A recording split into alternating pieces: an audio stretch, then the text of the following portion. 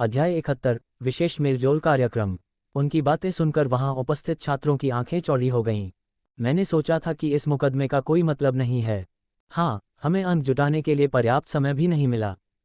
वे इसके लिए मानसिक रूप से बिल्कुल भी तैयार नहीं थे।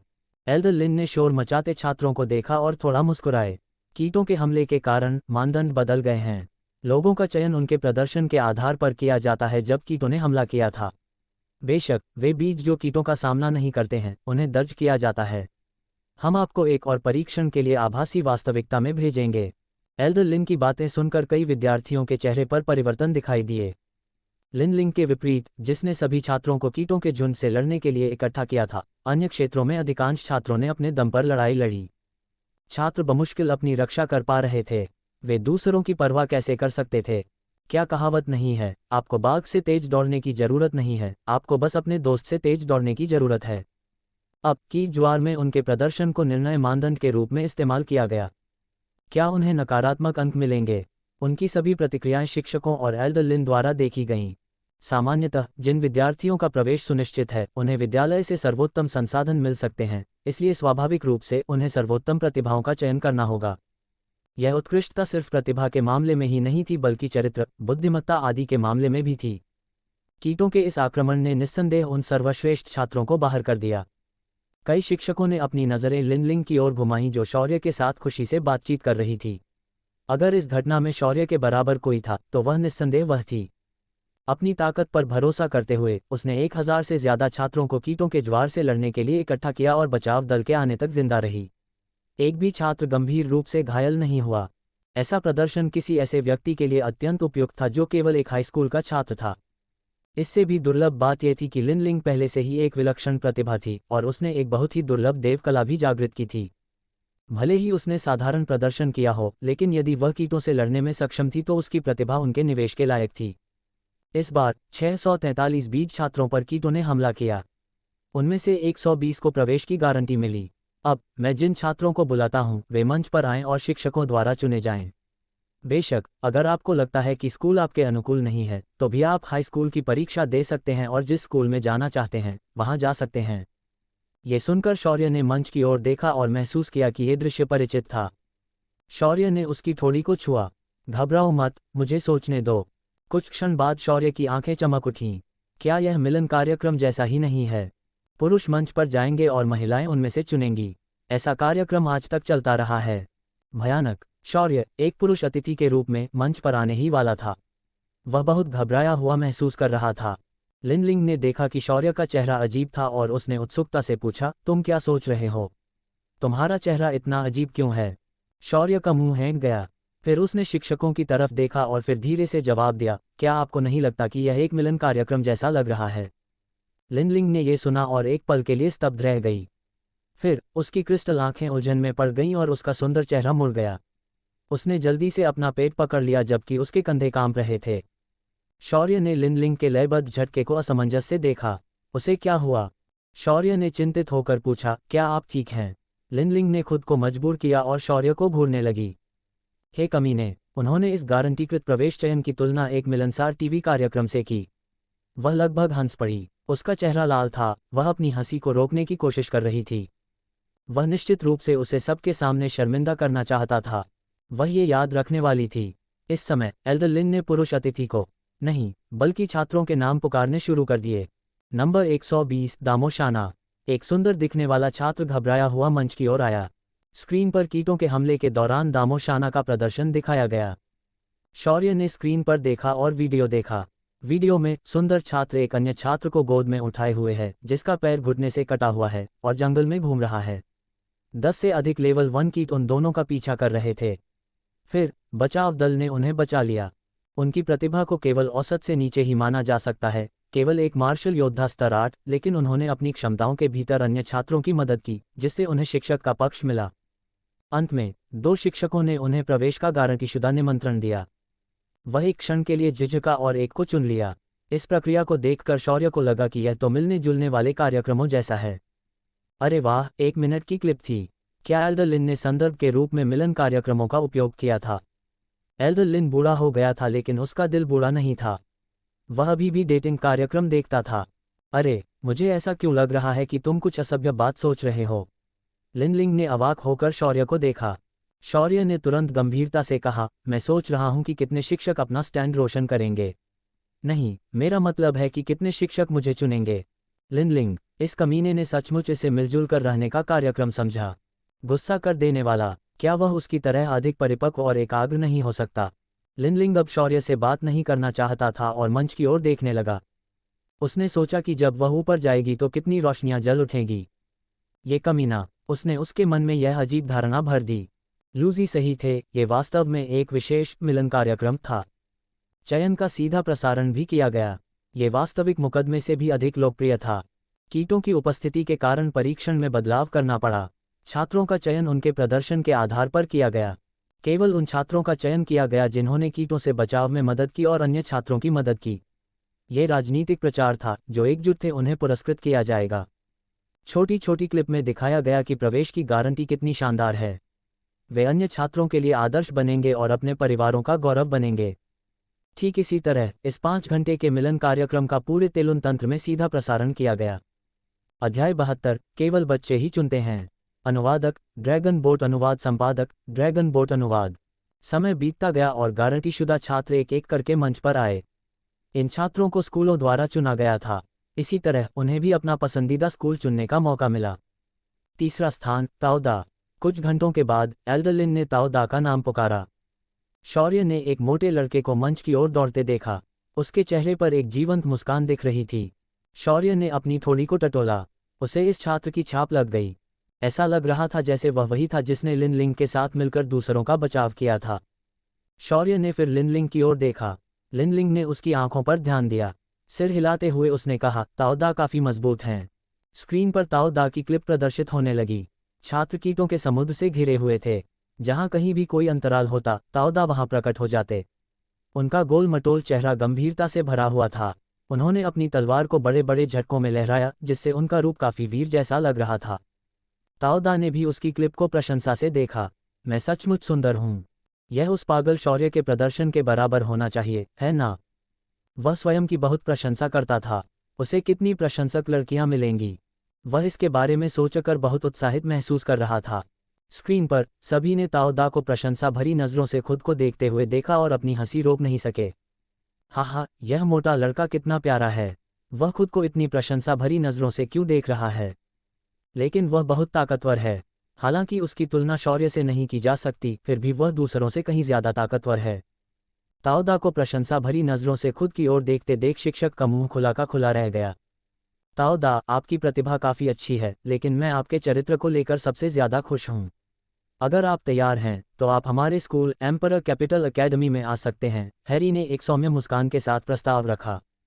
ताओदा, हमारा दक्षिणी किन विश्वविद्यालय भी आपका स्वागत करता है और हम आपको सीधे कुलीन मार्शल आर्ट क्लास में प्रवेश की अनुमति देंगे।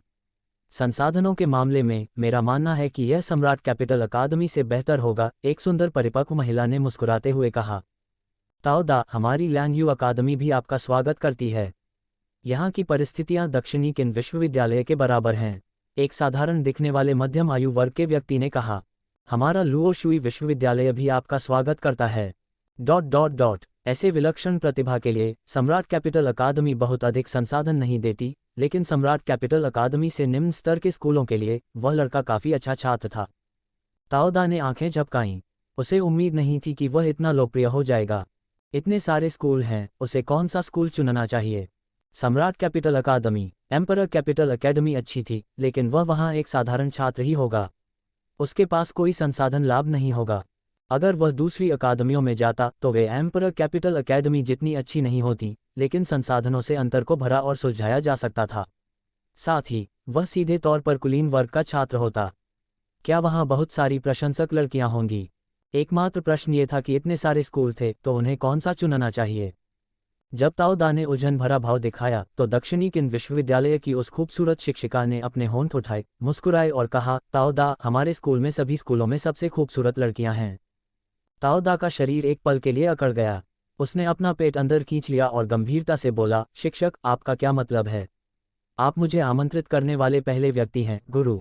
मैं आपकी उम्मीदों को कैसे धोखा दे सकता हूँ? इसका लड़कियों से कोई लेना देना नहीं है। सुंदर शिक्षिका ने एक सौम्य मुस्कान दी। तुम वास्तव में एक विनम्र अच्छे छात्र हो। उसकी आंखों में एक चमक दौड़ गई। उसकी योजना सफल हुई। उसने युवावस्था में ऐसे बहुत से युवा लड़कों को देखा था। शिक्षक, छात्र, हैरी सबसे अधिक उलझन में था। क्या वह आमंत्रण देने वाला पहला व्यक्ति नहीं था? ये देखकर कि ताओदा कितने गंभीर थे, उन्हें यह भी संदेह हुआ कि कहीं उन्होंने गलत तो नहीं याद किया। प्रसारण के टिप्पणी अनुभाग में विस्फोट हो गया। ओह लानत, क्या तुम ऐसा कर सकते हो? वह बहुत यथार्थवादी है। क्या तुम औरतें शैतान हो? क्या तुम लोग, पुरुष, वासना के राक्षस हो? ताओदा, जो अपनी ही कल्पना में डूबे हुए थे, ने स्पष्ट रूप से यह नहीं देखा कि कैसे उन्होंने अपने सभी पुरुष साथी देशवासियों का ध्यान अपनी ओर आकर्षित कर लिया। शौर्य भावशून्य होकर बैठा रहा और लिनलिंग की तिरस्कार भरी नजरों को महसूस कर रहा था। उसने जुयांग की तरफ देखा। इलाके में हत्या की मंशा उबल रही थी। क्यों न हम इस मोटे जीव को मारने का कोई अवसर खोजें? आप इस विचार को चुपचाप अपने तक ही क्यों नहीं रख सकते? आपको इसे इतना स्पष्ट क्यों करना पड़ा? बहुत भोला। उसने श्राप दिया कि इस मोटे आदमी को कभी गर्लफ्रेंड नहीं मिलेगी। ताओदा अपनी कल्पना में डूबा हुआ था। उसने अपने आसपास के लड़कों को अनदेखा किया और खुशी खुशी अपनी सीट पर वापस आ गया। एल्डर लिन का मुंह फड़क उठा। उसने लिनलिंग की ओर देखा और उसकी आंखों में कोमलता की झलक दिखी। दूसरा स्थान, लिनलिंग। लिनलिंग उठी और अपनी लंबी टांगों के साथ मंच की ओर चली गई। दृश्य में लिनलिंग को कीटों से बचाव और उन्हें मारने के लिए छात्रों को इकट्ठा करते हुए दिखाया गया। कीड़ों के समुद्र के बीच लिनलिंग की आकृति वीर थी। उसकी तेज तलवार अजेय थी। जो लोग पहले लिनलिंग को नहीं जानते थे, वे तुरंत मंत्रमुग्ध हो गए। शौर्य ने चौंक कर कहा, वह स्पष्ट रूप से एक लड़की है, लेकिन वह इतनी सुंदर क्यों दिखती है? जैसे ही क्लिप खत्म हुई, हैरी ने मुस्कुराते हुए कहा, लिनलिंग, हमारे एम्परर कैपिटल एकेडमी में आओ। तुम्हारे साथ एक बेहतरीन छात्र जैसा व्यवहार किया जाएगा। ली कूंग ने भी हंसते हुए कहा, लिनलिंग, संघीय विश्वविद्यालय आपका स्वागत करता है। हमारे प्रिंसिपल एल्डर लिन के पुराने दोस्त हैं। मुझे लगता है कि एल्डर लिन चाहते हैं कि आप भी संघीय विश्वविद्यालय आएं, है न? इस बार ली कूंग के आने का कारण एल्डर लिन का निमंत्रण था। उसे यहाँ दो असाधारण प्रतिभाएं मिलने की उम्मीद नहीं थी। लिनलिंग की शक्ति थोड़ी कमजोर थी, लेकिन उसकी देवकला बेहद शक्तिशाली थी। उसका चरित्र भी काफी अच्छा था। अगर वह कड़ी मेहनत करे तो उसका भविष्य उज्ज्वल होगा। हैरी का मुंह खुला का खुला रह गया। वह वाकई तुलना नहीं कर सकता था। उन्होंने थोड़ा भौहें सिकोड़ते हुए कहा, ली कूंग, अगर लिनलिंग तुम्हारा है तो शौर्य हमारा है। ये शब्द सुनकर ली कूंग एक पल के लिए स्तब्ध रह गया और फिर हंसने लगा। डरावनी और कर्कश आवाज में उसने कहा, कितना बचकाना। सिर्फ बच्चे ही चुनाव कर सकते हैं। एक वयस्क के तौर पर बेशक मैं सब कुछ स्वीकार करूंगा। अध्याय 73, विशेष प्रतियोगिता। अनुवादक, ड्रैगन बोट अनुवाद संपादक, ड्रैगन बोट अनुवाद। ली कूंग के वाकपटु भाषण से हैरी का चेहरा तमतमा उठा। उसकी मुस्कान धीरे धीरे गायब हो गई। सब कुछ ले लो। यदि इस समय लाइव प्रसारण नहीं होता तो अपनी छवि को ध्यान में रखते हुए उन्होंने ली कूंग के चेहरे पर अपनी मुट्ठी मार दी होती। वह सचमुच चाहता था कि वह कह सके, FCK। ये कठिन लगा। इस समय लिनलिंग ने देखा कि माहौल थोड़ा कठोर था। उसने अपनी आंखें घुमाईं और एक साहसिक विचार सोचा। उसने उन दोनों की ओर देखा जो भावनाओं से भरे हुए एक दूसरे को घूरने लगे और मुस्कुराते हुए बीच में बोली, ओम। शिक्षकों, मैं शौर्य के साथ एक ही स्कूल में रहना चाहती हूँ, इसलिए शौर्य के चुनने के बाद मैं बस एक अतिरिक्त उपहार बन जाऊंगी। उसके लिए ये दोनों स्कूल एक जैसे थे। वह उस लड़के का आधा जीवन ऋणी थी। अगर वह उसी स्कूल में होती तो एहसान चुकाना आसान होता। उस आदमी ने इतनी गंभीर परिस्थिति में उसे लगभग हंसाया था। बेशक उसे मौके पर ही जवाब देने की जरूरत थी। तो वह इस अनन्य को 2 गुना बढ़ाकर शौर्य को उपहार में देगी। शौर्य, छात्र एवं शिक्षक। श्रोता, स्माइलिंग फेस कैजुअल डेट बस एक क्लिक दूर है। लू ली जो ये सब देख रही थी, धीरे धीरे उसकी मुस्कान गायब हो गई क्योंकि उसके चेहरे का तापमान गिर गया। शौर्य, बुरा नहीं है ना? आप एक परीक्षण में जाते हैं और आप एक सुंदर लड़की से टकरा जाते हैं। हा हा हा हा हा। दूसरी तरफ एलिस मुस्कुराए और अपने गाल को सहारा दिया। हा हा, वह वाकई सीनियर स्कूलमेट है। ये लिनलिंग एक बहुत अच्छी लड़की है। मुझे उम्मीद नहीं थी कि वह सीनियर स्कूलमेट के साथ एक ही स्कूल में रहना चाहेगी। उसकी आंखों में निराशा की एक झलक थी। ज्यादा समय नहीं था। ऐसा लग रहा था कि सीनियर सहपाठी का पीछा करना संभव नहीं होगा। लू वेन ने अपने होंठ पागलों की तरह ऊपर उठाए। अच्छा लड़का, जे। इस तरह ली अभी भी पापा की बेटी ही रहेगी। फू शुया का चेहरा उलझन में था। ये लड़की काफी अच्छी थी और उसके बेटे के लिए उपयुक्त थी, लेकिन वह फिर भी चाहती थी कि ली और जी एक साथ रहें। माहौल शांत हो गया। कुछ क्षण बाद ली कूंग हंसा। हा हा हा, बढ़िया, तुम दोनों साथ में हो। हैरी, क्या हुआ? क्या तुम में प्रतिस्पर्धा करने की हिम्मत है? हैरी ने व्यंग्यपूर्वक कहा, चलो करते हैं। दोनों ने शौर्य को ऐसे देखा जैसे बड़े बुरे भेड़िए छोटे सफ़ेद खरगोशों को देखते हैं। एल्डर लिन को लिनलिंग की पसंद पर कोई आपत्ति नहीं थी। वह परिपक्व थी, उसे पता था कि क्या करना है। वह मुस्कुराया और कहा, उस स्थिति में शौर्य भी ऊपर आ जाओ। छात्रों की आंखें ईर्ष्या से चमक रही थीं।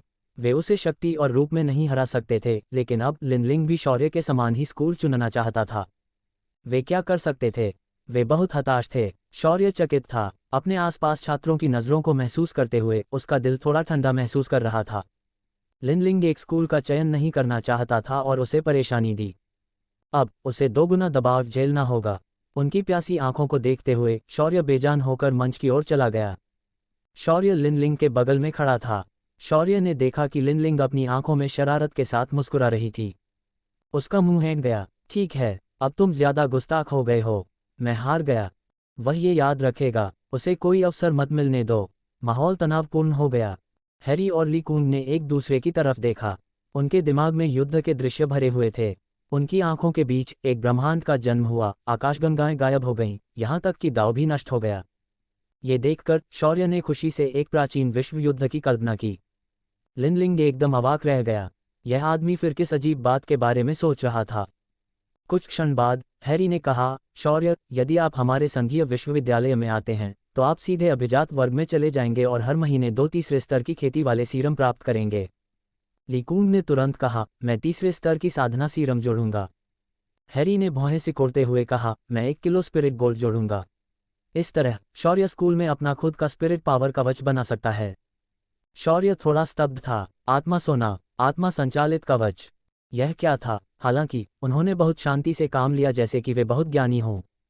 इस तरह वह आसानी से धोखा नहीं खा सकेगा। हालांकि उन्हें उम्मीद थी कि यह खेती के संसाधन नहीं होंगे। उनके पास संसाधनों की कोई कमी नहीं थी। ली कूंग ने भौहें सिकुड़ी और फिर हंस पड़े। 1.5 किलो। हैरी की आंखें चमक उठीं। खेती के संसाधनों के मामले में दोनों स्कूलों में कोई अंतर नहीं था।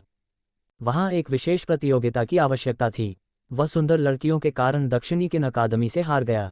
अचानक हैरी को एक खास विचार सूझा। यही उनकी जीत की कुंजी होगी।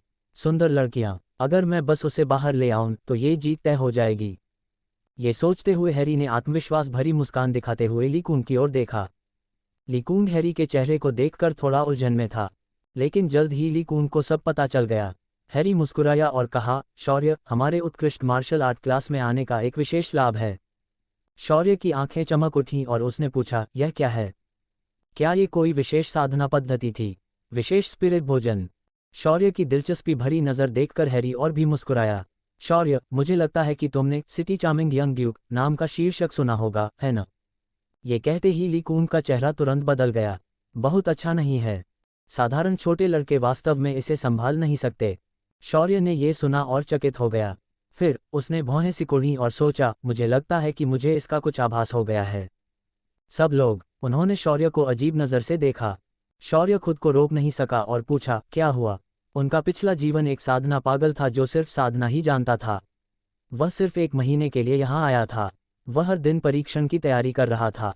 उसे सिर्फ इसलिए यह आभास हुआ क्योंकि यह सिटी चार्मिंग यंग ड्यूक बहुत मशहूर था। उसने इसके बारे में कहीं सुना था। अध्याय 74। एक नज़र शहर को मोहित कर देती है। कियूहेशा। अनुवादक ड्रैगन बोट अनुवाद संपादक ड्रैगन बोट अनुवाद। लिनलिंग की आंखें चौड़ी हो गईं और उसने चौंककर शौर्य को देखा। तुम सिटी चार्मिंग यंग ड्यूक कियूहेशा को भी नहीं जानते? क्या तुम किसी जंगल में रह रहे हो? शौर्य ने लिनलिंग को अवाक होकर देखा। मैं अभी साधना में डूबा हुआ हूँ। मुझे इन चीज़ों की परवाह नहीं है। मैं एक मेहनती छात्र हूँ और तुम्हारी तरह शरारती बच्चा नहीं हूँ। एक उद्धरण चिन्ह ... उद्धरण चिन्ह। सभी ने ऐसा दिखावा किया जैसे उन्होंने यह बात नहीं सुनी। इस बीच हैरी ने यह सुना और उसका चेहरा अजीब हो गया। जब शौर्य ने कहा कि वह शहर के आकर्षक युवा ड्यूक के बारे में नहीं जानता था तो उसे लगभग दिल दुख गया। अब चूंकि शौर्य ने कहा कि वह एक अच्छा छात्र था, किसी कारणवश उसने जबरदस्ती इसे स्वीकार कर लिया। वह सूखी हंसी हंसा, हा हा हा। लगता है शौर्य वाकई एक मेहनती छात्र है। प्रतिभाशाली लोग ऐसे ही होने चाहिए। फिर उन्होंने आगे कहा, ठीक है, मैं पहले आपको लाभों के बारे में बताता हूँ। सिटी चार्मिंग यंग ड्यूक कियूहेशा हमारे कुलीन मार्शल आर्ट क्लास के मानद व्याख्याता हैं। जो छात्र उत्कृष्ट प्रदर्शन करते हैं उन्हें उनका प्रशिक्षण मिल सकता है। फिर उसने शौर्य की तरफ एक ऐसी नज़र से मुस्कुराया जो एक आदमी से दूसरे आदमी की तरह थी। शौर्य अवाक रह गया। यद्यपि हैरी ने इस बारे में बहुत ही सूक्ष्मता से सोचा था, फिर भी यह एक प्रलोभनपूर्ण कदम था, है ना? क्या मजाक है? क्या वह ऐसा व्यक्ति था जो इस पर विश्वास कर लेता? मैं, शौर्य, एक जंगलर की कोई भावनाएं नहीं हैं। मैं अब मिस कियुए को तुम्हें कॉल करने और तुमसे बात करने की अनुमति दे सकता हूँ। उन्होंने शौर्य की लड़ाई का वीडियो पहले ही स्कूल को भेज दिया था। स्कूल ने कहा था कि वे जहां भी संभव होगा सहयोग करेंगे। उनका मानना था कि कियुए हेशा के साथ कॉल शायद काम करेगी, है ना? जब हैरी फोन करने ही वाला था, ली कून ने तुरंत उसे रोक दिया। रुको हैरी, यह नियमों के विरुद्ध है। तुम्हें क्या लगता है कि कियुए हेशा को उसका खिताब कैसे मिला? हम भी उसके प्रलोभन के खिलाफ बचाव नहीं कर सकते, शौर्य तो और भी कम। शौर्य ने ये सुना और तुरंत भौहें सिकोड़ लीं। शहर आकर्षक युवा ड्यूक कियुहेशा, प्रलोभन भगवान कला। ऐसा लग रहा था जैसे उसने इसके बारे में पहले कहीं सुना हो। चिंता मत करो, मुझे सोचने दो। कुछ ही क्षण बाद उसकी आंखें चमक उठीं। उसे यह याद आ गया, कुछ साल पहले जब मनुष्यों और ब्लेड दानवों के बीच संघर्ष हुआ तो कियुहेशा ब्लेड दानव क्षेत्र की सीमा पर एक शहर में घुस गया। उस दिन जो कुछ हुआ उससे मानव जाति और ब्लेड दानव जाति दोनों ही स्तब्ध रह गए। एक नज़र में ही शहर के स्वामी, जो मानव जाति के छिद्र खोलने की स्थिति के बराबर थे, ने उसकी मोहक देवकला के तहत आत्महत्या कर ली। सैकड़ों हजारों सैनिकों ने उन्हें धोखा दिया और महान शहर गिर गया। एक नज़र एक शहर को मंत्रमुग्ध कर देती है। कियुहेशा, ये वह पौराणिक लड़ाई थी जिसने कियुहेशा को सिटी चार्मिंग यंग ड्यूक की उपाधि दी थी। उसकी प्रलोभन कला अप्रतिरोध्य थी। ओह नहीं, शौर्य को झटका लगा। हैरी, ये तो अतिशयोक्ति है। मैं तो अभी बच्चा ही हूँ। हैरी मुस्कुराया। ली कून, क्या तुम मजाक कर रहे हो? प्रक्षेपण के जरिए प्रलोभन? क्या तुम्हें लगता है कि कियुए एक स्टार स्तर का प्राणी है? ली कून ने अपना मुंह खोला लेकिन दुखी होकर उसे बंद कर दिया। वास्तव में कियुहेशा भी होलोग्राफिक प्रक्षेपण के माध्यम से किसी के रक्त को थोड़ा सा ही तेज कर सकती है। यह कोई बड़ी बात नहीं थी, लेकिन वह फिर भी बेहद खूबसूरत थी। वह एक युवा ड्यूक थी और बेहद खूबसूरत थी। कोई भी पुरुष उसके साथ एक एक करके प्रशिक्षण लेना चाहेगा। यही कारण था कि उन्होंने केवल कियुहेशा के बारे में ही बात की, जबकि सम्राट कैपिटल अकादमी में 4 युवा ड्यूक मानद व्याख्याता के रूप में कार्यरत थे। ली कून को मानना पड़ा कि यह काफ़ी प्रभावी था। हालांकि इस मामले में उनका स्कूल बहुत अच्छा नहीं था। हर विश्वविद्यालय में मानद व्याख्याता के रूप में 2 युवा ड्यूक होते थे। ये सिर्फ संख्या का मामला था। हालांकि उनके स्कूल में मानद व्याख्याता के रूप में महिला युवा ड्यूक भी थीं। उस महिला युवा ड्यूक के बारे में सोचते हुए ली कून का मुंह हैंट गया। ओह लानत, ये तो दिल का दौरा पड़ने जैसा एहसास था। वह झिझका, लेकिन फिर भी उस युवा ड्यूक को बुलाया। आखिरकार वह युवा ड्यूक कियुहेशा का स्वाभाविक दुश्मन था। कम से कम ये हैरी की योजना में बाधा तो डालेगा। इसी समय हैरी का कॉल कनेक्ट हो गया। एक मोहक और आलसी आवाज़ सुनाई दी, हैरी। केवल यह आवाज़ ही किसी को उसकी कल्पनाओं में डूबने पर मजबूर कर सकती है। तभी एक होलोग्राफिक प्रक्षेपण प्रकट हुआ। पुरुष और महिला दोनों सहज रूप से उस आकृति को देखने लगे। हालांकि प्रक्षेपण में केवल उसका सिर ही दिखाई दे रहा था। मोहक, ये पहला शब्द था जो हर किसी के दिमाग में आया। उसके लंबे, सुंदर, हल्के गुलाबी बाल थे। उसकी बाईं आंख के कोने पर एक सुंदर आंसू का तिल था। उसके उभरे हुए गुलाबी होंठ थे। एक साधारण अभिव्यक्ति ने ही सभी को मोहित कर लिया। यद्यपि वह अपनी देवकला का प्रयोग भी नहीं कर रही थी, फिर भी उसमें से मोह की आभा निकल रही थी। लेकिन सौभाग्य से उसने अपनी देवकला का उपयोग नहीं किया, इसलिए सभी ने बस एक बार उसकी ओर देखा और जाग गए। लड़कियां ठंड से पसीने से तरबतर हो गईं। ओह, उन्हें लगा कि अब वे सीधे नहीं रहे। हैरी लगभग अपना संयम खो बैठा और हंसते हुए बोला, हाँ, मुझे एक बहुत ही प्रतिभाशाली छात्र मिला है। वह भविष्य में एक युवा ड्यूक बन सकता है। मुझे उम्मीद है कि आप उसे आमंत्रित करने में मेरी मदद करेंगे। कियुहेशा ने यह सुना और तुरंत समझ गया कि हैरी का क्या मतलब था। उसके जैसे किसी व्यक्ति के लिए बहकाना वाकई आसान था। हालांकि एक छात्र जिसे बहकाया जा सकता था, उसकी मानसिकता साधारण थी। भले ही उसकी प्रतिभा अच्छी हो, लेकिन उसका कोई भविष्य नहीं था। लेकिन चूंकि हैरी ने ऐसा कहा था, इसलिए वह स्वीकार नहीं करेगी। उसने लिन लिंग और शौर्य की ओर देखा। आप दोनों की प्रतिभाएं बुरी नहीं हैं। 2 छोटे लड़के हमारे स्कूल में आना चाहते हैं। लिन लिंग शौर्य की ओर मुड़ा और सोचने लगा कि यह आदमी क्या कहेगा। आखिरकार शौर्य का दिमाग सामान्य नहीं था। शौर्य ने मुस्कुराते हुए पूछा, शिक्षक कियुए, क्या आपके स्कूल में कोई ऐसा युवा ड्यूक है जो लड़ने के लिए अपनी मुट्ठियों का इस्तेमाल करता है? जैसे ही लूजी ने यह कहा, कियुहेशा की मुस्कान एक पल के लिए ठिठक गई। फिर उसकी आंखें चमक उठीं और नर्म हो गईं।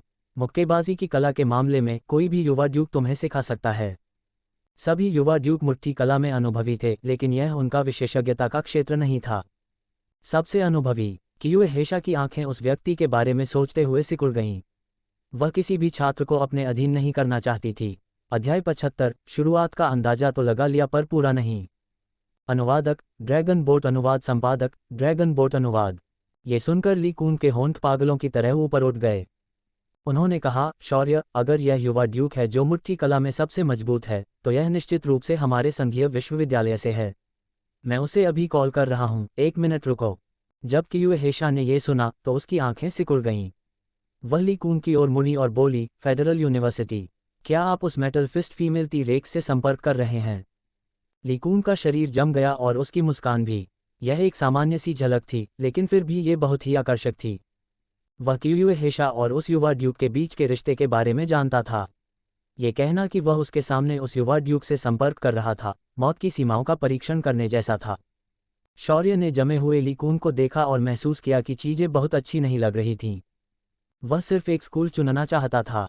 ऐसा क्यों लग रहा था कि 2 युवा ड्यूक आ रहे हैं? क्या इसका मतलब यह था कि अगर वह एक को चुनता तो दूसरे द्वारा उसकी पिटाई की जाती? ओह, उसे अचानक चिंता होने लगी। इस समय लीकून के फोन से एक अजीब सी आवाज आई, डोंग डोंग डोंग। डकार। उसी समय एक काले बालों वाली महिला का होलोग्राफिक प्रक्षेपण दिखाई दिया। उसके खूबसूरत चेहरे पर एक प्रभावशाली भाव था। उसके लंबे काले बाल लापरवाही से उसके पीछे की ओर बिखरे हुए थे। वह बेहद खूबसूरत थी, लेकिन अभी वह एक शराबी आदमी की तरह दिख रही थी। उसके गोरे चेहरे पर शराब की वजह से थोड़ी लाली दिख रही थी, जबकि उसकी आंखों में नशा झलक रहा था। उसके लाल होंठ थोड़े खुले हुए थे और उनकी सांसों से शराब की खुशबू निकल रही थी। उसकी ओर देखते हुए ली कून ने अपनी छाती पकड़ ली। ये शराबी सचमुच अभी भी शराब पी रहा था। लूजी, ये व्यक्ति वास्तव में एक युवा ड्यूक है। एक औरत, वह परिचित क्यों लगती है? ऐसा लग रहा था जैसे उसने इस व्यक्ति को पहले भी देखा हो। केवल लूजी ही हैरान नहीं था, बल्कि हर कोई हैरान था। कुछ हद तक उसकी नशे में धुत मनोदशा ने शुरुआत में सभी का ध्यान आकर्षित किया। क्या हो रहा है? होलोग्राफिक प्रोजेक्शन, उसने कहा और उसकी भ्रमित आंखें दृश्य पर टिक गईं। सब लोग, क्या आपने प्रक्षेपण कॉल स्वीकार नहीं किया? तुम्हें कैसे पता नहीं चला? लेकिन जब उन्होंने उसे देखा तो अधिकांश लोग पहले से ही जान गए कि वह कौन थी। नांगोंग जिंग। हालांकि कोई भी उसके युवा ड्यूक शीर्षक के बारे में बात नहीं कर सकता था। जो लोग ऐसा करते थे उन्हें बुरी तरह पीटा जाता था। वह और कियुए हेशा मानव जाति के 2 गौरव के रूप में प्रसिद्ध थे। वे 2 सबसे मजबूत महिला युवा ड्यूक थीं। कियुए हेशा की लड़ाई के कुछ दिनों बाद नांगोंग जिंग भी एक शहर में घुस गया और एक ही मुक्का मारकर शहर को तहस-नहस कर दिया। सूत्रों के अनुसार ये दोनों लड़ाइयाँ कियुए हेशा और नांगोंग जिंग के बीच शर्त के कारण हुई थीं। हालांकि किसी को भी इस शर्त के बारे में कोई विशेष जानकारी नहीं थी। ब्लेड दानव जाति सभी में से सबसे अधिक भ्रमित थी। क्या ये दोनों राक्षस थे? यदि तुम मजबूत हो तो हमसे सीधे मुकाबला करो। हम पर घात क्यों? नांगोंग जिंग ने इधर उधर देखा और जब उसने दूसरी तरफ कियुए हेशा को देखा तो उसका नशा तुरंत गायब हो गया। उसने अपनी सुंदर भौहें ऊपर उठाईं और उसकी आंखों में एक तीखी रोशनी दिखाई दी। गुलाबी बालों वाली लोमड़ी, तुम यहाँ क्या कर रही हो? कियुए हेशा ने अपने होंठ ऊपर उठाए और मुस्कुराए। हाँ, iron fist female T rex, मुझे तुमसे पूछना चाहिए था। मैं यहाँ पहले आई थी। सब लोग एक दूसरे को देखते ही दोनों में बहस शुरू हो गई। इस तनावपूर्ण स्थिति को देखकर हैरी का चेहरा हरा हो गया। अरे, इन दोनों को एक साथ रखने से परेशानी होती है। क्या मुझे कुछ बीमा खरीदना चाहिए? ली कूंग एक मूर्ख है। उसने देखा कि ली कूंग ध्यान भटका रहा था और इतना क्रोधित हो गया कि उसका मुंह हैंट गया। जबकि हर कोई कियुए हेशा और नांगोंग जिंग से विचलित था, उसने ली कूंग के पैर पर लात मारी। ली कूंग तुरंत जाग गया और जब वह भड़कने ही वाला था, उसने नांगोंग जिंग और कियुए हेशा को बहस करते हुए देखा। इस प्रकार उसकी मुस्कान धूर्त हो गई। यद्यपि अत्यंत सुंदर होने के अलावा नांगोंग जिंग में कोई स्त्रियोचित आकर्षण नहीं था, फिर भी वह अपनी मुट्ठियों से लड़ती थी। शौर्य ने कहा कि उन्हें यह बहुत पसंद आया। वह बहुत खुश हुआ और नांगोंग जिंग को शौर्य से मिलवाने की योजना बना रहा था। हालांकि ली कूंग ने इसकी शुरुआत की भविष्यवाणी की थी, लेकिन इसकी संपूर्णता की नहीं। ओह हाँ, iron fist young duke Nangong Jing. Shaurya को अंततः याद आ गया कि यह व्यक्ति उसे क्यों परिचित लगा। क्या यह महिला शराबी वही छोटी लड़की नहीं थी जिसने आभासी वास्तविकता में उसकी पिटाई की थी? उनके पिछले जीवन में नांगोंग जिंग की लड़ाई समाचार रिपोर्ट में देखी गई थी। आखिरकार इस लड़ाई को सरकार द्वारा बड़े पैमाने पर बढ़ावा दिया गया था। उसने ये कभी नहीं सोचा था कि वह छोटी लड़की वास्तविक दुनिया में बड़ी हो गई है। यही कारण है कि वह नांगोंग जिंग के छोटी लड़की संस्करण को नहीं पहचान पाया। उनके दिमाग के पुर्जे हिल चुके थे। वह जिंदादिल छोटी लड़की शराबी बन गई। क्या हुआ? ये परिवर्तन बहुत बड़ा था। वह इतना हैरान हुआ कि उसने उसका शीर्षक चिल्लाकर पुकारा। जब ली कून नांगोंग जिंग को शौर्य से मिलवाने वाला था तो उसने शौर्य की आवाज़ सुनी और उसकी मुस्कान गायब हो गई। हालांकि ऐसा सिर्फ उसके साथ ही नहीं था, हर कोई शौर्य को ऐसे देख रहा था जैसे वह कोई भूत हो। लिनलिंग कुछ कदम पीछे हट गई, ये दिखाने की कोशिश करते हुए कि उसका इस आदमी से कोई लेना देना नहीं है। क्यूयू हेशा और नांगोंग जिंग दोनों ही चकित हो गए। फिर क्यूयू हेशा ने शौर्य को देखा और खुशी से मुस्कुराया। हा हा हा हा हा हा हा हा हा हा, छोटे भाई, मैं तुम्हें पसंद करता हूँ। अगर तुम्हें iron fist female T rex द्वारा शिकार किया जाता है तो तुम मेरे पास आ सकते हो। मैं सिटी चार्मिंग यंग ड्यूक क्यूयू हेशा हूँ। उसने बहुत समय से किसी को नांगोंग जिंग को आयरन फिस्ट यंग ड्यूक कहते नहीं सुना था। नांगोंग जिंग अवाक होकर हैरान शौर्य को देखती रही। उसे और गुलाबी फर वाले लोमड़ी को एक ही समय में युवा ड्यूक की उपाधि मिली। गुलाबी बालों वाली लोमड़ी ने एक नज़र से पूरे शहर को नष्ट कर दिया, जबकि उसने एक मुक्का से पूरे शहर को नष्ट कर दिया। इसमें कोई स्पष्ट अंतर नहीं था, लेकिन क्यों इस गुलाबी फर वाली लोमड़ी को इतना अच्छा खिताब क्यों मिला? उसे यह खिताब क्यों मिला? वह केवल 18 साल की लड़की थी। वह इस उपाधि को स्वीकार नहीं कर सकी। हे छोटे कमीने, तुमने गलत जगह छुआ। अब कठोर निर्णय लेने का समय आ गया है। अध्याय 76, जीवन अपना अर्थ खो चुका है। अनुवादक ड्रैगन बोट, अनुवाद संपादक ड्रैगन बोट अनुवाद। जैसे ही उसने यह बात कही, शौर्य को लगा कि माहौल थोड़ा अजीब था। उसने आंखें मूंद लीं और लिनलिंग की ओर देखा। पूरी तरह से भ्रमित होकर उसने पूछा, तुम इतनी दूर क्यों खड़े हो? लिनलिंग का चेहरा तनावग्रस्त था। वह पलटी और कुछ नहीं बोली। वह आदमी कौन था, उसे नहीं मालूम था। इस समय प्रसारण से सभी प्रकार की टिप्पणियां आने लगीं। उसने ये कहा, सुंदर भाई शौर्य। उसने वह बात कही जो उसे नहीं कहनी चाहिए थी।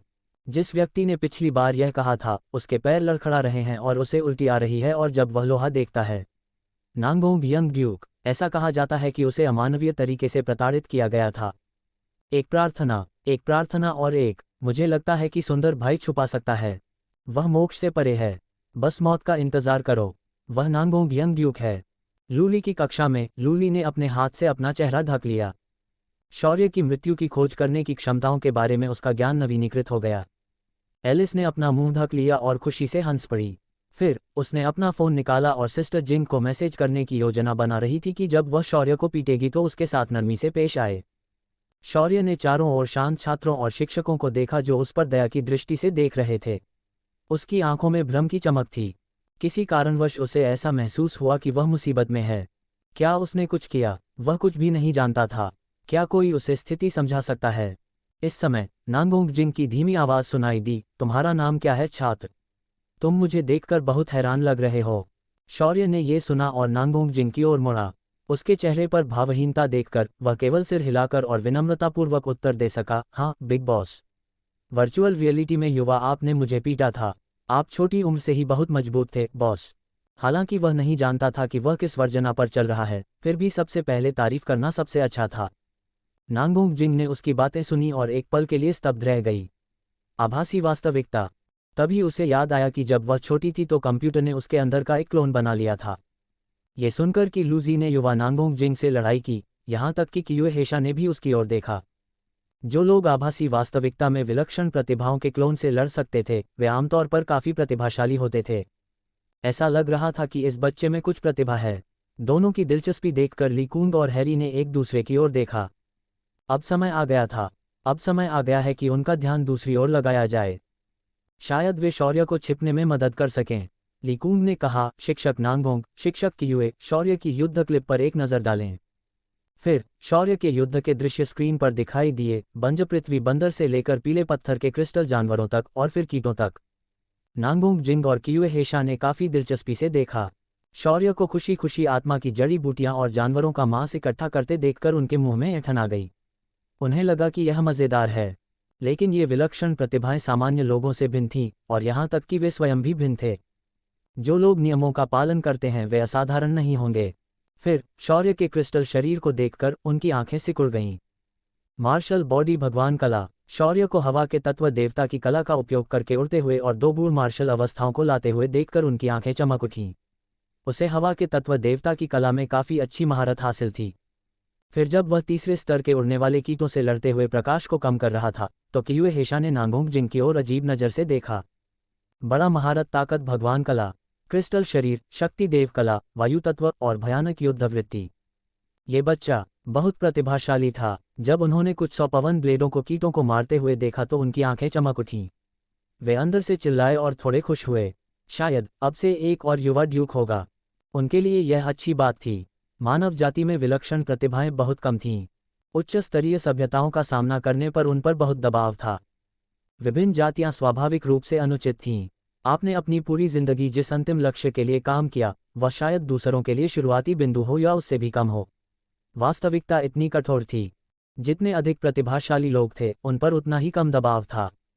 क्लिप खत्म होने के बाद कियुए हेशा ने कहा, छोटे भाई, क्या आप सम्राट कैपिटल अकादमी आना चाहते हैं? बड़ी बहन अक्सर आपके साथ अभ्यास कर सकती है। कियुए हेशा की नज़र के कारण लूजी का दिल धड़क गया। यह महिला वाकई बहुत डरावनी थी। उसने स्पष्ट रूप से भगवान की कला का उपयोग नहीं किया था, लेकिन फिर भी उसे संभालना मुश्किल था। लेकिन एक ठंडे और शांत जंगलर के रूप में शौर्य को पता था कि उसे केवल स्पष्ट मन मंत्र का उपयोग करने की आवश्यकता थी और दुनिया की सुंदरियां केवल बादलों को पार करने की थीं। स्पष्ट मन मंत्र सक्रिय, खुश भेड़, सुंदर भेड़, ग्रे भेड़िया, लाल भेड़िया। इस बीच नांगोंग जिंग हंसा। बच्चे, ये देखते हुए कि तुम भी मुट्ठियों का इस्तेमाल कैसे करते हो, तुम्हें मेरे साथ आना चाहिए। अगर यह बच्चा उसके पास आता तो वह उसे बताती कि कुछ शब्द बोले नहीं जा सकते। हे। फिर उसने कियुए हेशा को देखा और तिरस्कारपूर्वक मुस्कुराए। गुलाबी बालों वाली लोमड़ी, इस बच्चे की युद्ध शैली स्पष्ट रूप से मेरी तरह ही है। तुम मुट्ठी कला में मेरे साथ प्रतिस्पर्धा करने की कोशिश कर रहे हो। कियुए हेशा ने अपने लंबे बालों को झटकते हुए मुस्कुराए। बिल्कुल नहीं, आखिरकार आप आयरन फिस्ट यंग ड्यूक हैं। मैं सिटी चार्मिंग यंग ड्यूक आपकी तुलना कैसे कर सकता हूँ? नांगोंग जिंग ने यह सुना और क्रोधित हो गई। उसने कियुए हेशा को ठंडी निगाहों से देखा और कहा, गुलाबी बालों वाली लोमड़ी, तुम मुझे चुनौती दे रही हो? कियुए हेशा ने धीरे से मुस्कुराते हुए कहा, तो क्या? नांगोंग जिंग चिढ़ गया। तुम बस इंतजार करो, मैं अभी आता हूं और तुम्हें लोहे की मुट्ठी के फैसले का मजा चखाता हूं। कियुए हेशा मुस्कुराया, मुझे डर है कि तुम मेरे आकर्षण में आ जाओगे। फिर संभवतः झगड़ा तय करने के लिए दोनों ने फोन काट दिया। ये प्रक्रिया सुचारू रूप से चलती रही। स्पष्टतः ये पहली बार नहीं था जब उन्होंने ऐसा किया था। शौर्य ने गायब हो रहे होलोग्राफ को देखा और चकित रह गया। रुको, क्या तुम दोनों मुझे आमंत्रित नहीं कर रहे थे? मैंने अभी तक ये भी तय नहीं किया है कि किसे चुनूं। आप इस तरह से लड़ाई कैसे शुरू कर सकते हैं? ये सब क्या था? न केवल शौर्य बल्कि बाकी लोग भी अवाक रह गए। क्या ये युवा ड्यूक्स थे? उनका दिमाग हिल रहा था। वे बिल्कुल भी नहीं चल सके। हैरी और ली कून ने एक दूसरे की तरफ देखा और स्कूल के लिए दुखी हुए। काफ़ी नुकसान होगा। यह उनकी गलती नहीं थी। वे तो बस एक प्रतिभाशाली व्यक्ति को नौकरी पर रखने की कोशिश कर रहे थे। लेकिन ये सोचकर कि वे अभी भी प्रतिद्वंद्वी थे, उन्होंने नज़रें फेर लीं। ली कून ने मुस्कुराते हुए कहा, शौर्य, आप किसे चुनेंगे? चाहे जो भी हो, आप अभी भी मानव जाति के एक विलक्षण व्यक्ति हैं। हम आपको शुभकामनाएं देंगे। हैरी ने करिश्मा से मुस्कुराते हुए कहा। बेशक, उन दोनों के चेहरे पर कुछ परेशानी हो सकती है। मुझे लगता है तुम समझ सकते हो ना? शौर्य, इन दो बेशर्म कमीनों ने उसे फंसाया। चाहे वह कोई भी रास्ता चुने, उसे युवा ड्यूकों में से किसी एक के द्वारा पीटा ही जाएगा। जीवन अपना अर्थ खो चुका है। अध्याय 77, मुझे एक बहुत ही जीवंत शौर्य मिली। अनुवादक, ड्रैगन बोट अनुवाद संपादक, ड्रैगन बोट अनुवाद। अगर यह पहले होता तो वह बिना किसी हिचकिचाहट के फेडरल यूनिवर्सिटी चुनता। आखिरकार नांगोंग जिंग ने उस पर गहरी छाप छोड़ी थी। पहली मुलाकात में नांगोंग जिंग, जो सिर्फ 12 साल की थी, ने उसे बेहोशी की हालत में पहुंचा दिया। हालांकि वह उस समय नांगोंग जिंग से ज्यादा ताकतवर था, लेकिन उसे अब उसकी ताकत नहीं भूलनी चाहिए। और उसकी युद्ध शैली भी उसके जैसी ही थी। अगर वह उसके साथ और अभ्यास कर पाता तो उसकी शक्ति में बहुत वृद्धि हो जाती। लेकिन समस्या ये थी, उसे बिल्कुल समझ में नहीं आया कि वह अजीब माहौल क्या था। अभी भी उसे नहीं पता कि उसने नांगोंग जिंग को कैसे नाराज किया। अगर वह फेडरल यूनिवर्सिटी जाता तो क्या वह उससे बदला ले पाती? अगर वह सम्राट कैपिटल अकादमी को चुनता तो वह निश्चित रूप से नांगोंग जिंग के साथ रहने जितना ही सीखता। और कियुए हेशा के कारण उसे लगा कि वहां जाने के बाद उसमें सहनशक्ति की कमी होगी। शौर्य ने एक पल सोचा और अंततः फेडरल यूनिवर्सिटी को चुना। कियुए हेशा ने अच्छे से मुस्कुराया। वह अच्छी लग रही थी। उससे बात करना आसान हो सकता है। इसके अलावा वह शायद उसकी परवाह भी नहीं करती। आखिरकार वह उनके लिए सिर्फ एक नया मार्शल योद्धा था। तुलनात्मक रूप से अपनी शक्ति बढ़ाना सबसे महत्वपूर्ण था। जहां तक नांगोंग जिंग का सवाल है, वह बाद तक इंतजार करेगा। जो मुझे हरा नहीं सकते वे अंततः मेरा पोषण बन जाएंगे। ये 20वीं रैंक का शर्मनाक बयान था जिसे वह सबसे ज्यादा कहना चाहता था। अब वहां बहुत सारे लोग थे, इसलिए इसे जोर से कहना शर्मनाक होगा। शौर्य ने बस अपने दिल में ही इसे बुदबुदाना चुना। उसने ऊपर देखा और अपनी नज़रें हैरी और ली कून की तरफ घुमाईं। शौर्य ने मुस्कुराते हुए कहा, माफ़ कीजिए मिस्टर हैरी, मैंने फेडरल यूनिवर्सिटी चुनी है। हैरी की आंखें सिकुड़ गईं। हालांकि उसे इसकी उम्मीद थी, फिर भी जवाब मिलने के बाद वह थोड़ा निराश हुआ। आखिरकार नांगोंग जिंग के पास इस तरफ बहुत ज्यादा फायदा था। शौर्य एक कामुक आदमी नहीं लग रहा था, इसलिए यह वास्तव में बहुत संभावना थी कि वह फेडरल यूनिवर्सिटी को चुनेगा। उसने शौर्य को देखा और मुस्कुराया। क्या तुम इस पर फिर से विचार नहीं करना चाहते? सुश्री नांगोंग तुम्हें पीटने वाली हैं। बिस्तर से बाहर न निकल पाना एक आम बात होगी। ली कून ने हैरी को घूर कर देखा। बकवास मत करो, नांगोंग को पता होगा कि क्या करना है। वह ऐसा कैसे कर सकती है? यह आदमी इस समय शौर्य को डराने की कोशिश कर रहा था। उसका विवेक कहाँ था? शौर्य मुस्कुराया, मुझे याद दिलाने के लिए धन्यवाद, मुझे पता है। शौर्य की दृढ़ निगाहों को देखकर हैरी को पता चल गया कि ऐसा प्रतिभाशाली व्यक्ति उसकी बातों से अपना मन नहीं बदलेगा। उसने निराश होकर आह भरी और फिर मुस्कुराया, ऐसी स्थिति में मैं तुम्हें मजबूर नहीं करूंगा। लिनलिंग ने देखा कि शौर्य ने निर्णय ले लिया है और मुस्कुराया। उस स्थिति में मैं भी संघीय विश्वविद्यालय जाऊंगा। हा। ली कून ने देखा कि सब कुछ तय हो गया है और वह खुशी से हंस पड़ा। स्वागत है, स्वागत है। शौर्य और लिनलिंग दोनों ही बेहतरीन प्रतिभाशाली हैं। फेडरल यूनिवर्सिटी आप दोनों को बेहतरीन संसाधन और प्रशिक्षण देगी। फिर उसने हैरी की तरफ देखा और हैरी के कंधे पर थपकी देते हुए अपने होंठ ऊपर उठाए। अया मिस्टर हैरी, माफ़ी चाहता हूँ। हैरी का मुंह हैंग गया। उसका चेहरा लगभग हरा हो गया था। यह आदमी उसे उकसा रहा था। क्या वह भी लड़ना चाहता था? स्थिति को देखते हुए उसने खुद को शांत किया और मुस्कुराया। ये सुश्री नांगोंग के कारण है, इसका आपसे कोई लेना देना नहीं है। और हमारे स्कूल में भी प्रतिभाशाली लोग हैं। शौर्य ने हैरी के शांत भाव को देखा और कहा, वह वास्तव में सम्राट कैपिटल अकादमी का शिक्षक था। उसकी उदारता सम्मानजनक थी। हालांकि हैरी अंदर से बहुत ईर्ष्यालु था। अरे यार, ये शौर्य और लिनलिंग थे। ऐसा ही एक पैकेज वास्तव में ली कून नामक सुअर के हाथों में आ गया। प्रवेश हेतु सुनिश्चित चयन समाप्त होने के बाद सभी बीज अपने स्कूल के विश्राम कक्षों में वापस चले गए। लिनलिंग शौर्य के साथ एक ही स्कूल में नहीं थी, इसलिए वे अलग हो गए। उसने मुस्कुराते हुए हाथ हिलाया और कहा, शौर्य, मैं तुम्हें यूनिवर्सिटी में देखूंगी। फिर वह तेजी से चली गई।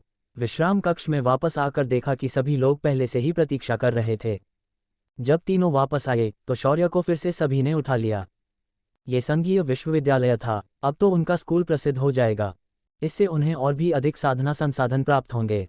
हाई स्कूल की परीक्षाओं में अभी 1 महीना बाकी था, इसलिए सभी अभी भी सुधार कर सकते थे। यह उनके लिए अत्यंत लाभदायक था।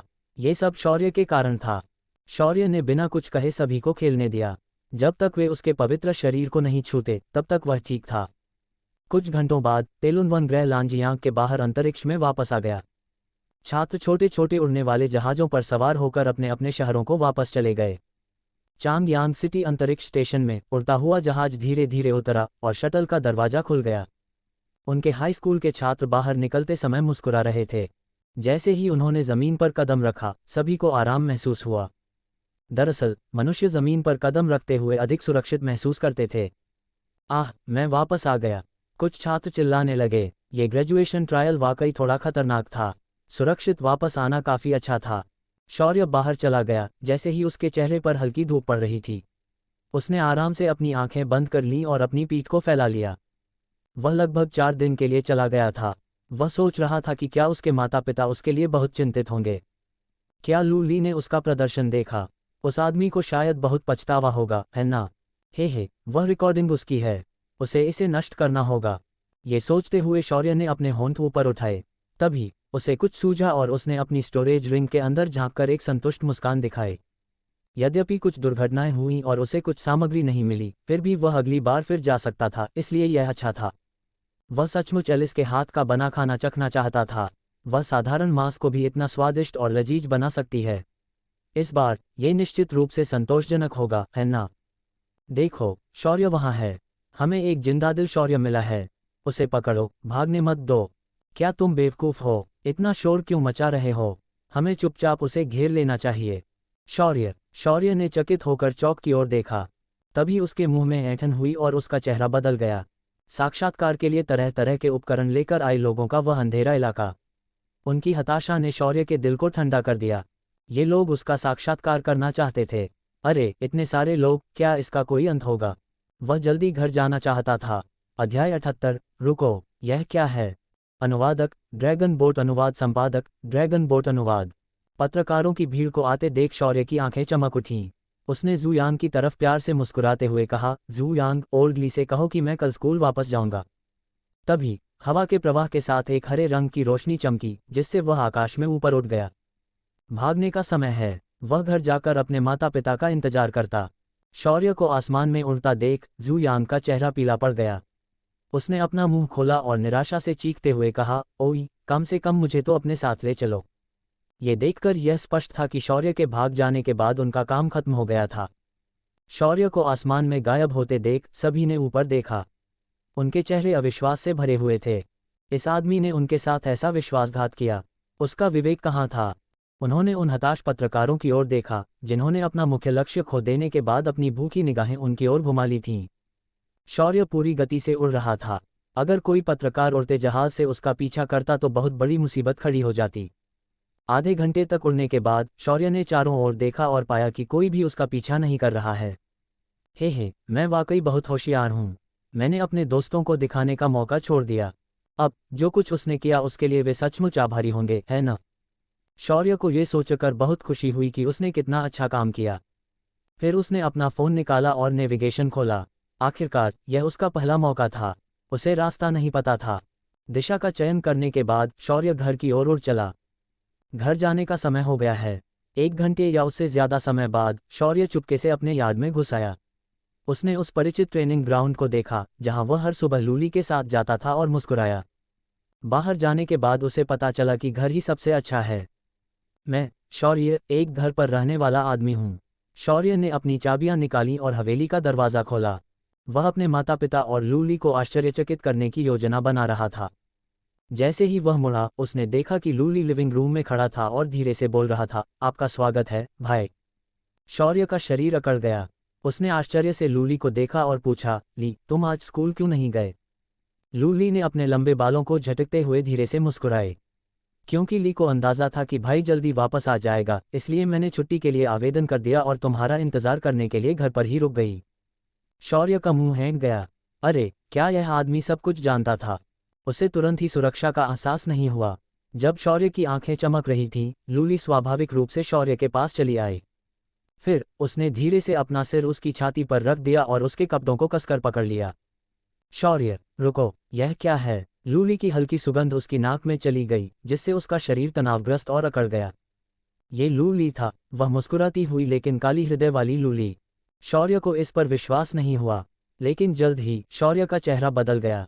उसने देखा कि लूली का शरीर थोड़ा हिल रहा था। उद्धरण चिन्ह ... उद्धरण चिन्ह। शौर्य चुप हो गया और अपने कठोर हाथों को आगे बढ़ाकर उसकी पीठ को धीरे से थपथपाया। माफ करना। लूली का शरीर अकड़ गया और फिर उसकी कांपती आवाज़ सुनाई दी, भाई तुम किस बात की माफ़ी मांग रहे हो? तुमने कुछ गलत नहीं किया। शौर्य का तनाव धीरे धीरे कम हुआ जब उसने उसकी पीठ थपथपाई और उसके लंबे काले बालों को सहलाया। उसने धीरे से कहा, क्या मैंने तुम्हें परेशान कर दिया? माफ़ करना, माँ और पिताजी भी चिंतित होंगे। माफ़ करना। हालांकि शौर्य को नहीं लगता था कि उसने कीटों से लड़कर और साथी छात्रों को बचाकर कुछ गलत किया है, लेकिन उसने अपने परिवार को चिंता में डाल दिया। माफ़ी मांगना ही सबसे अच्छा था। लूली ने ये सुना और उसका शरीर शिथिल हो गया, लेकिन उसने कराहते हुए अपना सिर शौर्य की छाती पर रखा। जब तुम्हें पता था तो फिर तुमने ऐसा क्यों किया? शौर्य ने अपना चेहरा खुजलाते हुए जवाब दिया, कुछ चीज़ें अगर मैं कर सकता हूँ तो मुझे अभी भी करनी है। अपने दिल के प्रति सच्चे रहना सबसे महत्वपूर्ण है न? अगर कोई खतरा है तो मैं भाग जाऊंगा। और देखो, मैंने माँ से किया वादा पूरा किया और मैं घायल नहीं हुआ। मैंने तुमसे शर्त भी जीत ली। लूली गुस्से में हंसा और बोला, तुम अभी भी इसके बारे में सोच रहे हो? शौर्य ने ये सुना और उसका दिल ठंडा हो गया। तुम धोखा देने की योजना तो नहीं बना रहे हो? यदि ऐसा हुआ तो उसकी प्रेरणा खत्म हो जाएगी। लूली ने अचानक ऊपर देखा। उसने आंसू भरी आंखों से शौर्य को घूरते हुए पीछे हटते हुए अपनी जेब से फ़ोन निकाला। उसने फ़ोन खोला और शौर्य की ओर फेंक दिया। ये लो, इसे ले लो। शौर्य ने उसे ऐसे पकड़ लिया जैसे वह कोई खजाना हो।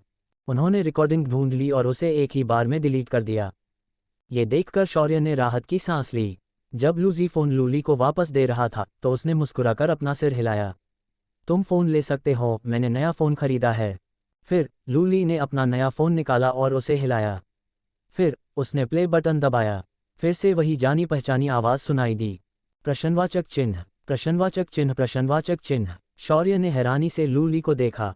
रुको, क्या तुमने नहीं कहा था कि तुम मुझे रिकॉर्डिंग दोगे? लूली ने अपने लंबे बालों को झटकते हुए धीरे से कहा, ली ने इसे पहले ही भाई को दे दिया है। मैंने फ़ोन भी दे दिया है। ये सिर्फ एक बैकअप है। ली के पास कई क्लाउड ड्राइव में बैकअप है। शौर्य का शरीर अकड़ गया और उसका चेहरा बेजान हो गया। उसने सोचा कि वह उसके बारे में चिंता करने के लिए प्यारी और गर्म थी। उसका दिल सचमुच बहुत अंधकार में था। इस समय लूली ने मुस्कुराते हुए कहा, भाई ट्रायल से थक गया होगा, ऊपर जाकर आराम करो। जब मम्मी और पापा घर आएंगे तो हम खाना खाएंगे। मैं भी अपने कमरे में वापस जा रहा हूँ। फिर उसने बेजान शौर्य को नज़रअंदाज कर दिया और ऊपर चली गई। शौर्य ने अपनी खट्टी भावनाओं को दबा लिया और अपने शरीर को ऊपर खींच लिया। वह अपने कमरे में चला गया और दरवाज़ा बंद कर लिया। वह स्वयं को पृथकवास में रखने लगे। लूली के कमरे में लूली शर्मिंदगी से बिस्तर पर लेट गई। उसने अपना चेहरा कंबल से ढक लिया क्योंकि उसकी छाती तेजी से धड़क रही थी। कुछ देर बाद उसने सावधानी से नया फ़ोन निकाला और क्लिप खोली। अंदर शौर्य की तस्वीर थी जिसमें वह लूली को गले लगा रहा था और उसके लंबे बालों को सहला रहा था। क्लिप में लूली ने दोनों को देखकर मुस्कुराई जबकि उसका चेहरा लाल हो गया। क्लाउड डिस्क पर सावधानीपूर्वक अपलोड करने और एक जटिल पासवर्ड सेट करने से पहले उसने इसे कुछ बार देखा। फिर वह अपने बिस्तर पर तब तक लौटती रही जब तक कि उसने खुद को पूरी तरह से कंबल में लपेट नहीं लिया। उसकी हल्की हंसी कमरे में गूंज उठी। अध्याय 79, क्या मैंने नकली मार्शल आर्ट की साधना की? अनुवादक ड्रैगन बोट, अनुवाद संपादक ड्रैगन बोट, अनुवाद। शौर्य अपने चेहरे पर संतुष्टि के भाव के साथ बिस्तर पर लेट गया। जंगल में कुछ दिन गुजारना बहुत कठिन था। घर पर उसका बिस्तर कहीं अधिक आरामदायक था। वह वास्तव में आज एक आलसी मछली बनना चाहता था। इस समय उसकी आंखें चमक उठीं। उसे कुछ याद आया और वह जल्दी से उठकर बैठ गया। नानफेंग ग्रह पर वह प्रकाश के गोले के उजागर होने के बारे में चिंतित था, इसलिए उसने कुछ दिनों तक उनका उपयोग खेती के लिए नहीं किया। उन्हें प्रतिदिन खेती के लिए इनका उपयोग न करने में बहुत असहजता महसूस होती थी। बहुत अच्छा नहीं, शौर्य को लगा कि वह खेती का आदी हो गया है। लेकिन अब उसने अपने विचार को सत्यापित करने की योजना बनाई। वह सीधे अपने दिमाग के अंदर प्रकाश के गोले का उपयोग करने की कोशिश करने जा रहा था। उसकी मानसिक शक्ति उसके मन के आयाम में प्रवेश करने लगी और उसने आगे बढ़कर एक धुंधले लाल गोले को छुआ और उसे अपने अंदर समाहित करने का प्रयास किया। जल्द ही वह हल्का लाल गोला चमक उठा और आयाम से गायब हो गया। तभी शौर्य ने अपने शरीर में एक शक्तिशाली शक्ति का प्रवाह महसूस किया जो धीरे धीरे उसके शरीर को पोषण दे रही थी। ऐसा लग रहा था कि उसके दिमाग में एक अदृश्य शक्ति क्षेत्र बन गया था जिसने उसके पूरे शरीर को ढक लिया था। उसने अपनी आंखें खोली और अपने शरीर को देखा। सतह पर कुछ भी असामान्य नहीं था, लेकिन उसकी त्वचा के नीचे काली धाराएं बह रही थीं। शौर्य की आंखों में उत्साह की एक झलक दिखाई दी। उसकी योजना काम कर गई। अब से वह छोटे प्रकाश गोले निकाले बिना भी खेती कर सकता था। छोटे प्रकाश गोले की ऊर्जा शौर्य के शरीर को पोषित करती रही। शौर्य ने पाया कि भले ही उसका शरीर पहले से ही पूर्ण शोधन चरण में पहुंच चुका था, फिर भी प्रकाश गोला अभी भी धीरे धीरे उसके शरीर की शक्ति को बढ़ा रहा था। क्या मनुष्य की कोई सीमा नहीं थी? उसे लगा कि उसके साथ धोखा हुआ है। यद्यपि उसके शरीर में अभी भी सुधार किया जा सकता था, फिर भी शौर्य ने अपने शरीर में चिल्लाने और आत्मा मार्शल अवस्था में सफलता प्राप्त करने का निर्णय लिया। उसके शरीर और आत्मा की शक्ति का अर्थ निस्संदेह अधिक शक्ति होगा। ये सोचते हुए उसने अपनी हथेली आगे बढ़ाई और अपनी पवन देवता की कलाकृति के साथ डेस्क से कंप्यूटर को पकड़ लिया। शौर्य उत्साह से फेडरेशन मार्शल आर्ट वेबसाइट पर गया। यह मनुष्यों के लिए मार्शल आर्ट की पवित्र भूमि थी। परिवारों से संबंधित कुछ अनूठी साधना पद्धतियों और मार्शल तकनीकों के अलावा अन्य सभी साधना पद्धतियों और मार्शल तकनीकों को एकत्रित किया गया है। कुछ मुफ्त थे और हर कोई उन्हें डाउनलोड कर सकता था। अन्य के लिए मार्शल आर्ट वेबसाइट पॉइंट या फेडरेशन योगदान पॉइंट की आवश्यकता थी। शौर्य ने लॉग इन करने के लिए अपनी पहचान का उपयोग किया और स्पिरिट मार्शल स्टेट अनुभाग खोला। ची आकर्षण मंत्र, 5 वर्ष की साधना, 3 वर्ष का व्यवहारिक युद्ध, आत्मिक बल के प्रयोग की मूल बातें, आत्मिक मार्शल अवस्था तक पहुंचने से लेकर हार मानने तक। अरे, ये तो बहुत सारे हैं। शौर्य ने सभी प्रकार के उपलब्ध पाठ्यक्रमों को देखा और परेशान महसूस किया। चूंकि सरकार ने मार्शल आर्ट को बहुत बढ़ावा दिया था, इसलिए सभी साधना विधियां मुफ्त थीं। वैज्ञानिकों और मार्शल आर्ट के जानकारों ने योगिनी जाति का अध्ययन किया और मानवीय ज़रूरतों के आधार पर ची आकर्षण मंत्र बनाया। यह मनुष्यों के लिए सबसे उपयुक्त साधना पद्धति थी। जो कोई भी आत्मा मार्शल अवस्था में पहुंच जाता था, वह इसे साधना कर सकता था और अब शौर्य के लिए इसे साधना करने का समय आ गया था। शौर्य को उम्मीद थी, उसे आश्चर्य था कि अपने शरीर में ची को निर्देशित करने के बाद वह कितना अधिक शक्तिशाली बन जाएगा। उसने डाउनलोड पर क्लिक किया और ये तुरंत खत्म हो गया। फिर शौर्य ने इसे खोला और इसका अध्ययन करना शुरू कर दिया। मार्शल योद्धा अवस्था मार्शल आर्ट की नींव थी। आपकी नींव जितनी मजबूत होगी, आपके लिए ची को आकर्षित करना उतना ही आसान होगा और आप उतनी ही अधिक ची को आकर्षित कर सकेंगे। आपका डेंटियन भी अधिक स्पिरिट ची को संग्रहित करने में सक्षम होगा। शौर्य को खुशी महसूस हुई। अपने शरीर के परिष्कार स्तर के साथ वह बड़ी मात्रा में संग्रह करने और आकर्षित करने में सक्षम होगा। चूंकि उसने कई हल्के बैंगनी प्रकाश वाले गोले इस्तेमाल किए थे, इसलिए शौर्य की सीखने की क्षमताएं काफ़ी अच्छी थीं। उसने बस इसे 2-4 बार देखा और उसे पूरी साधना विधि याद हो गई। वह अपनी टांगें मोड़कर बैठ गया और आंखें बंद कर लीं। फिर उसने ची आकर्षण मंत्र का प्रयोग करना शुरू कर दिया। जल्द ही उसने महसूस किया कि आत्मा ची आसपास के स्थान से बाहर खींची जा रही है और उसके शरीर की ओर आ रही है। हालांकि कुछ ऐसा हुआ जिसकी शौर्य ने कभी उम्मीद नहीं की थी। आत्मा ची ने उसके शरीर में प्रवेश करने के बाद उसकी बिल्कुल भी नहीं सुनी। उसने बस पास की एक कोठरी ढूंढ ली और वहीं रुक गई। वह उसके मेरिडियन से होकर नहीं गुजरी और ऐसा नहीं लगा कि उसने उसके डेंटियन में जाने की योजना बनाई थी। शौर्य, रुको, ये योजना के अनुसार नहीं हुआ। मंत्र में स्पष्ट रूप से कहा गया है कि ची को 12 मुख्य याम्योत्तर रेखाओं से आगे ले जाएं और फिर रेन और डू याम्योत्तर रेखाओं से होते हुए अंततः डानेटियन पर स्थिर करें। आखिर कैसे मेरी आत्मा ची को रहने के लिए एक यादृच्छिक स्थान मिल गया? शौर्य चकित था। क्या मैंने नकली मार्शल आर्ट की शिक्षा ली थी? उन्होंने उस आत्मा ची के अंश का उपयोग करने का प्रयास किया जिसे उन्होंने अभी अभी आकर्षित किया था और पाया कि इसके उपयोग पर कोई प्रतिबंध नहीं था। हालांकि जैसे ही उन्होंने इसका प्रयोग बंद कर दिया, आत्मा ची हिलना बंद कर दिया और जहां भी उसे धकेला गया वहीं स्थापित हो गया। शौर्य पूरी तरह से हैरान था। क्या उसे भी आत्मा मार्शल अवस्था में माना जाता था? ये बहुत अच्छा नहीं लग रहा था। कौन सी दवा आलसी आत्मा ची को ठीक कर सकती है? चिंता मत करो, मुझे सोचने दो। शौर्य ने भौहें सिकुड़ी। उन्होंने ची आकर्षण मंत्र के विचित्र घटना वाले भाग की जांच करने का निर्णय लिया। वहां सभी प्रकार के प्रश्न थे और कुछ लोग उनका उत्तर दे रहे थे।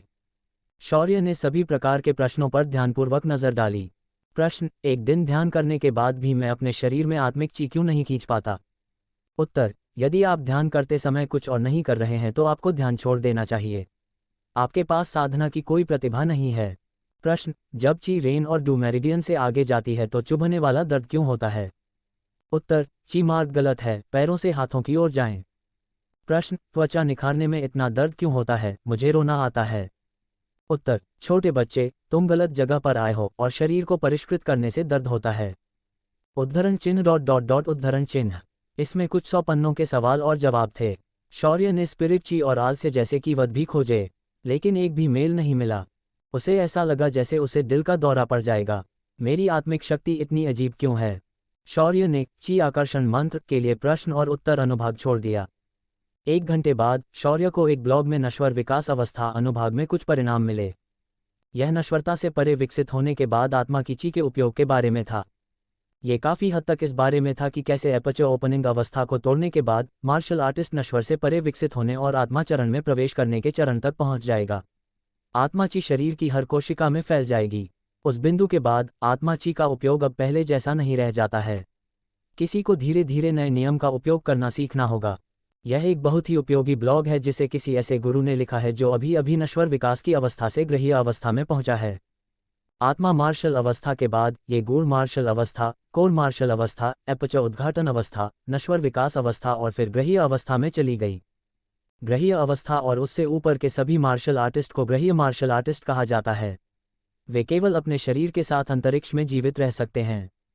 इसका मतलब यह था कि वे साधारण लोग नहीं थे।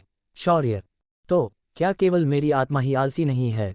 तो नश्वर विकास राज्य और ऊपर की आत्मा क्यूई में सभी आलसी हैं। फिर भी यहाँ समस्या यह है कि वह सिर्फ एक नौसिखिया आत्मा मार्शल राज्य है। अध्याय 80: बाद में मेरे कमरे में आना। अनुवादक ड्रैगन बोट अनुवाद संपादक ड्रैगन बोट अनुवाद। अपने कमरे में शौर्य ने अत्यंत जटिल भाव से अपने कंप्यूटर को देखा। जब उसने यह महसूस किया कि आलसी आत्मिक शक्ति नश्वर विकास की अवस्था से ऊपर के शक्तिशाली प्राणियों की पहचान थी, तो वह अपनी भावनाओं का वर्णन भी नहीं कर सका। शक्ति, वह एक नौसिखिया था, शीतलता, शक्तिशाली प्राणियों के समान। क्या उसके जैसे किसी व्यक्ति को धोखा देने में विफल रहने पर पीटा जाएगा? वह परेशान हो गया। शौर्य ने आह भरी और अपना सिर रगड़ा। बहरहाल, जब तक वह गलत रास्ते पर नहीं जा रहा था, तब तक सब ठीक था। शौर्य ने कंप्यूटर बंद कर दिया और बैठ गया, एक बार फिर से साधना शुरू करने की तैयारी करने लगा। लेकिन इस समय उसकी आंखें चमक उठीं। उसके मन में एक साहसिक विचार आया। चूंकि दोनों ही खेती से संबंधित थे, इसलिए वह पहले छोटे प्रकाश वाले गोले का उपयोग कर सकता था और फिर खेती कर सकता था। क्या प्रभाव बेहतर होंगे? शौर्य ने तुरंत अपने विचार को आजमाया। उसने अपने मन के आयाम से सीधे प्रकाश के गोले का उपयोग करना शुरू कर दिया। शक्तिशाली ऊर्जा शौर्य के शरीर में प्रवाहित होने लगी। शौर्य ने अपनी आंखें बंद कर लीं और ची आकर्षण मंत्र का प्रयोग शुरू कर दिया। ची आकर्षण मंत्र के मार्गदर्शन में शुद्ध और प्रस्फुटित ऊर्जा तुरंत प्रवाहित होने लगी।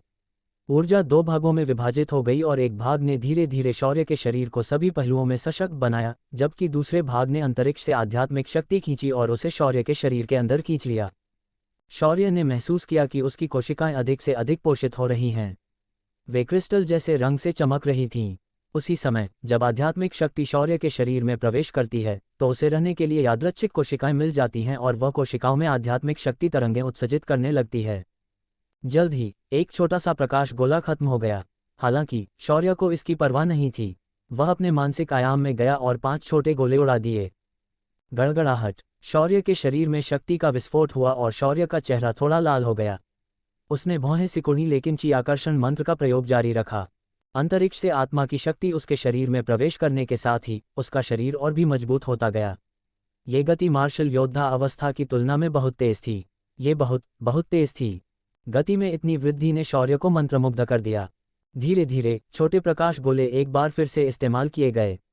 शौर्य ने अपनी साधना की इच्छा को दबा दिया और धीरे धीरे अपनी आंखें खोलीं। ओह, आसमान छूती गति! कुछ ही घंटों में शौर्य को महसूस हुआ कि वह पहले की तुलना में शायद थोड़ा मजबूत हो गया है। उसने अपनी मुट्ठियां भींच लीं और स्फटिक जैसा रंग आध्यात्मिक शक्ति की तरंगों के साथ मिश्रित होकर प्रकट हुआ। यह उसके शरीर और आध्यात्मिक शक्ति का मिश्रण था। वह अपनी आत्मिक शक्ति का उपयोग उस तरह नहीं कर सकता था जैसे वह अपने शरीर की शक्ति का उपयोग करके देवकला अवस्था तक पहुंचता था। उसे और अधिक शिकार करके इसे बेहतर बनाने की आवश्यकता थी। उसकी अपार शक्ति को महसूस करते हुए शौर्य ने अपने होंठ उठाए और मुस्कुराया। वह काफी मजबूत लग रहा था। जब शौर्य आत्म प्रशंसा में डूबा हुआ था, तभी लूली की मधुर आवाज दरवाजे पर सुनाई दी। भाई, मम्मी और पापा घर आ गए हैं। खाना तैयार है। जब शौर्य ने ये सुना तो उसका मुंह हेंट गया। लूली की आवाज सुनकर उसे थोड़ी चिंता हुई। कौन जानता था कि वह उसे फिर से फंसा देगी। लेकिन शौर्य अभी भी उस पल को याद कर रहा था जब लूली उसकी बाहों में कांप रही थी और वह उसके बारे में चिंतित था। ये बहुत अच्छा नहीं था। क्या वह ऐसा महसूस कर रहा था? उसे आश्चर्य हुआ कि वह इसके बारे में क्या सोचती होगी। शौर्य पूछने का अवसर ढूंढने की योजना बना रहा था। अन्यथा जीवन की 3 सबसे बड़ी गलतफहमियों में से एक ये होगी कि वह उसे पसंद करती है। ये बहुत अजीब होगा। भाई, लूली की आवाज़ और भी नर्म हो गई। शौर्य का शरीर जम गया और उसने जल्दी से दरवाज़ा खोलते हुए कहा, मैं आ रहा हूँ। तुम्हारा भाई अभी साधना कर रहा था। मेरी बहन ली, क्या तुम्हें नहीं पता कि तुम्हारा भाई कितनी मेहनत करता है? लूली के प्यारे चेहरे ने शौर्य को मुस्कुराते हुए देखा। ठीक है, ली को पता है कि भाई कड़ी मेहनत करता है। चलो नीचे चलते हैं, मम्मी और पापा बहुत खुश लग रहे हैं। शौर्य ने ये सुना और सिर हिलाया। ये सोचकर उसे खुशी हुई। वर्तमान में उन्हें इस पर गर्व होना चाहिए, है ना? जैसे ही वह नीचे गया, फुशुया ने उसे गले लगा लिया। अच्छा बेटा, तुम सचमुच बड़े हो गए हो। थोड़ी देर बाद उसने शौर्य को जाने दिया और उसका चेहरा रगड़ा। वह अपनी चिंताओं के बारे में कुछ नहीं बोलती थी, उसके शब्दों में केवल गर्व झलकता था। लू वेन ने शौर्य को ईर्ष्या से देखा। वह उसकी पत्नी थी, लेकिन अगर उसने अब ऐसा कहा तो शायद उसे सजा मिलेगी। वह केवल एक जटिल अभिव्यक्ति के साथ शौर्य के कंधे को थपथपा सकता था और उसे गहराई से देख सकता था। जब शौर्य उस गहरी नज़र के बारे में उलझन में था, लू वेन मुस्कुराया और कहा, ओम जे, आपके चाचा मुझे अपनी बेटियों को फिर से आपसे मिलवाने के लिए कह रहे हैं। आप क्या सोचते हैं? जाकर देखें, वे सभी सुंदर हैं। शौर्य, उसने अविश्वास से लू वेन की ओर देखा। पिताजी, आपने मुझे सिर्फ ये कहने के लिए इतनी देर तक देखा। मुझे लगा कि आप मेरी तारीफ करेंगे। मैंने नहीं सोचा था कि आप इस तरह के पिता हैं। जब लू वेन ने यह सुना तो उसने अपनी चंचल मुस्कान को दूर कर दिया। उसने गंभीरता से कहा, तुम एक वयस्क व्यक्ति हो।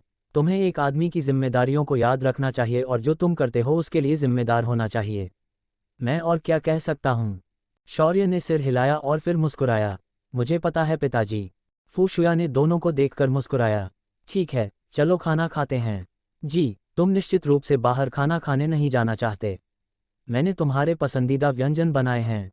शौर्य ने ये सुना और मेज पर रखे प्रचुर भोजन पर नजर डाली और तुरंत तारीफ करते हुए कहा, माँ, आपकी महिमा और सुंदरता अद्वितीय है।